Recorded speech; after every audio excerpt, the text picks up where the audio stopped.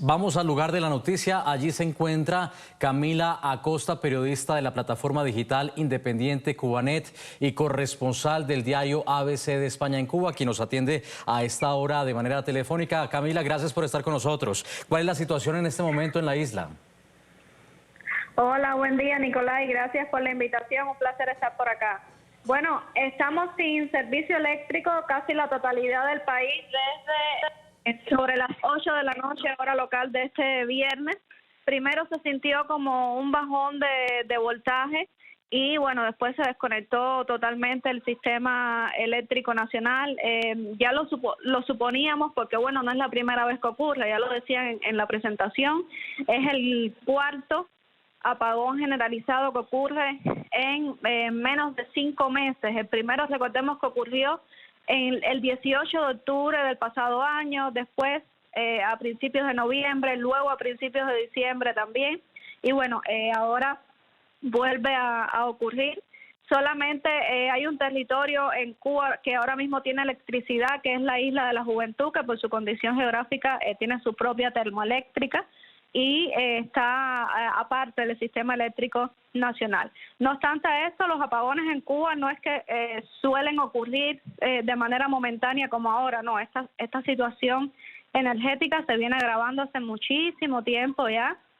Los apagones en la isla suelen extenderse por 20, 25, incluso 30 horas seguidas en varias provincias. Las autoridades suelen priorizar La Habana, la capital, que es donde se concentra la mayor cantidad de población, la mayor producción de bienes y servicios del país y demás, pero en las provincias esta situación es agobiante. Personas que llevan muchísimo tiempo, por ejemplo, cocinando con leña, porque ni siquiera tienen gas tampoco para poder cocinar, comiendo lo que consiguen a diario. Es prácticamente una sobrevivencia lo que tiene el cubano, porque como no tiene electricidad, no tiene cómo guardar tampoco prolongadamente los alimentos. Entonces es bien difícil, sí. Claro. Además están los hospitales.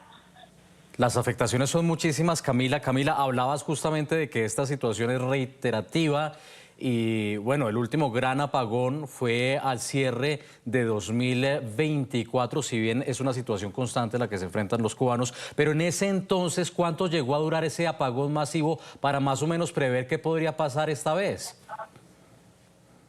El que más duró, creo que duró 4 o 5 días aproximadamente. Ellos comienzan primero conectando algunas subestaciones, porque esto es poco a poco, no lo pueden hacer de una vez, porque tienen que ir conectando poco a poco, después ir sincronizando todas las termoeléctricas en el país para definitivamente lograr esa conexión nacional. Si ocurre un mínimo error, pues tienen que comenzar nuevamente desde el inicio, por eso se demora tanto. Yo supongo que esto se va a tardar por lo menos 24 horas más, aunque ya están diciendo que algunas localidades están conectando momentáneamente algunos grupos electrógenos, algunas subestaciones pequeñas para darle electricidad a pueblos, algunas localidades, pero a nivel nacional todavía va a tardar un poco que se restablezca esta situación.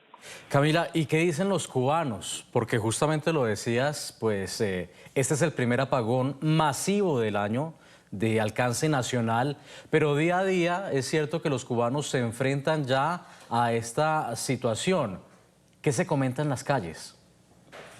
Bueno, mucho malestar ciudadano, eso es lo que se genera automáticamente. De hecho, han ocurrido algunas protestas en los últimos meses también en varias provincias a raíz de, bueno, la desesperación que genera, porque al no tener corriente no puedes guardar alimentos, no puedes cocinar, se te echan a perder alimentos. También se afecta el abastecimiento de agua porque no se puede bombear agua sin electricidad. Entonces, imagínate, son un cúmulo de situaciones que llevan a la gente a la desesperación y a protestar. Y la respuesta de las autoridades siempre es la represión.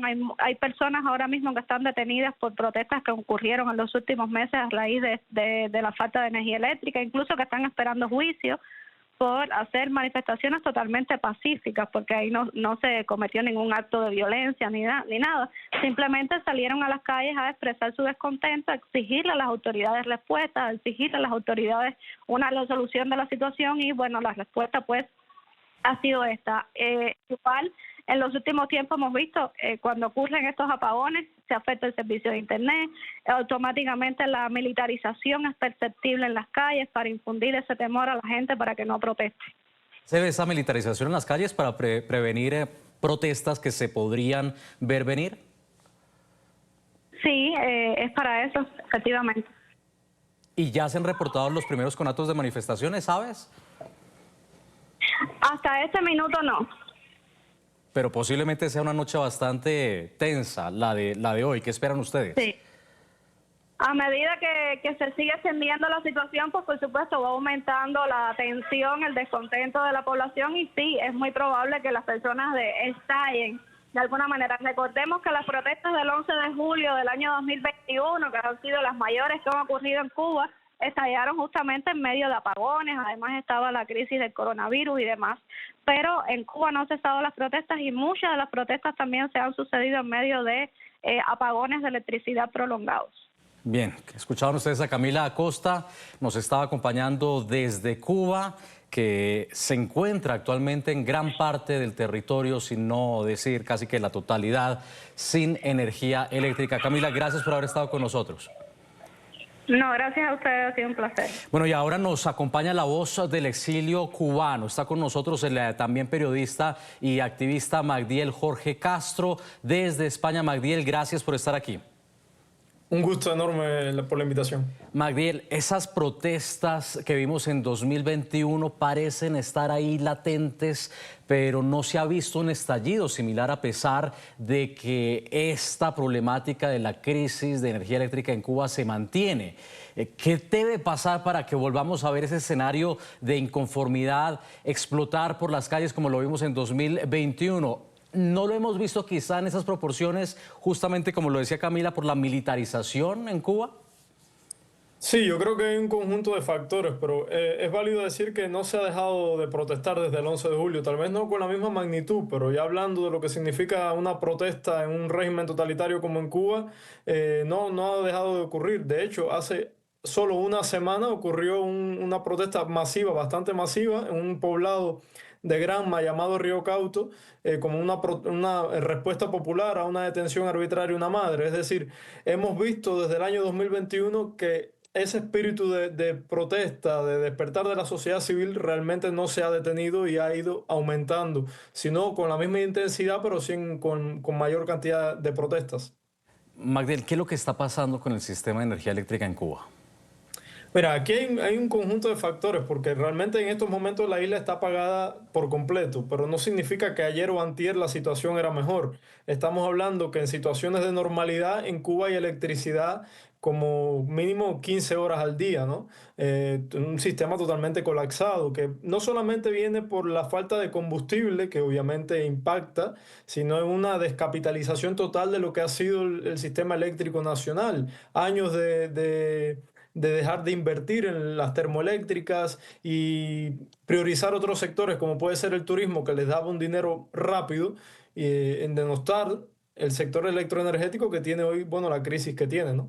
Bueno, justamente las autoridades habían emitido en las últimas horas un comunicado que daba un parte de tranquilidad a los turistas allí en Cuba, al parecer priorizando justamente pues que los turistas estuvieran tranquilos por encima de la población local, y hablaban las autoridades que el sistema turístico cubano cuenta, decían ellas, con un respaldo energético sólido que garantiza la operación continua de hoteles, instalaciones extrahoteleras y servicios asociados. Pero aquí, ¿qué es lo más urgente, Magdiel? Esto es una burla, es una burla. Mira, hoy en la mañana comenzaron a salir imágenes de médicos cubanos, específicamente en Cienfuegos, operando con la linterna del celular, ¿no? Y hoy también en la mañana el régimen cubano acaba de sacar este comunicado que usted acaba de leer, y las imágenes de ayer en La Habana eran elocuentes. Mientras toda la ciudad estaba apagada, los hoteles, que cada vez tienen menos turistas, estaban encendidos, ¿no? Y yo creo que esto también viene por esa estrategia fallida de priorizar el turismo, A propósito, un turismo que no acaba de despuntar, que tiene cifras pésimas en comparación con otros destinos competitivos en el Caribe y que bueno, tampoco hay turistas y es que tampoco hay servicios. ¿Cómo puedes llamar al turismo si no tienes gasolina para los combustibles para los autos del turismo, si no tienes un sistema eléctrico que aguante las estaciones en los aeropuertos y demás? Es toda una gran burla. Magdiel, ¿cómo se puede sostener un país así? Solo con represión. No hay otra forma. El régimen cubano ha perdido totalmente el relato, ¿no? Cuando uno analiza los sistemas comunistas, no se basan en la realidad porque es incompatible con vivir, ¿no? Se basa en el relato y ha perdido el monopolio de la información con la llegada de las redes sociales. Sin embargo, solamente le queda la represión. Hay más de 800 personas presas desde las protestas de julio del 2021 en Cuba. Y por supuesto estamos hablando de un régimen que está acostumbrando a la comunidad internacional, tristemente, a una narrativa en la que supuestamente expresa un compromiso de dialogar, excarcelando supuestos prisioneros políticos que después resultan ser prisioneros comunes. Hay una falta de claridad también sobre las cifras. Y bueno, todo eso también es una guerra de narrativa en Cuba, ¿no? Totalmente. Yo creo que es tiempo también que la comunidad internacional despierte, ¿no? De ese largo letargo, de lo que significó durante años la épica alrededor del sistema cubano, ¿no? La más reciente tomadura de pelo ha sido con el Vaticano y con la propia administración Biden, ¿no? Un acuerdo que nació muerto donde se expresaba que se iba a excarcelar a más de 500 personas. Sin embargo, el régimen solamente excarceló a 200 presos políticos y el resto fueron presos comunes, ¿no? O sea, un acuerdo totalmente sin ningún tipo de transparencia. No sabían quién era, no había una lista, no había un compromiso fehaciente y, por supuesto, han vuelto a engañar al mundo y a la comunidad internacional. A los cubanos no, porque los cubanos sabemos con el tipo de personas que estamos tratando, ¿no? Magdiel, Jorge Castro, la voz de la comunidad en el exilio, de los cubanos que están fuera de su casa. Gracias por haber estado con nosotros, poniendo en perspectiva lo que está ocurriendo en Cuba con esta nueva crisis energética. Un placer.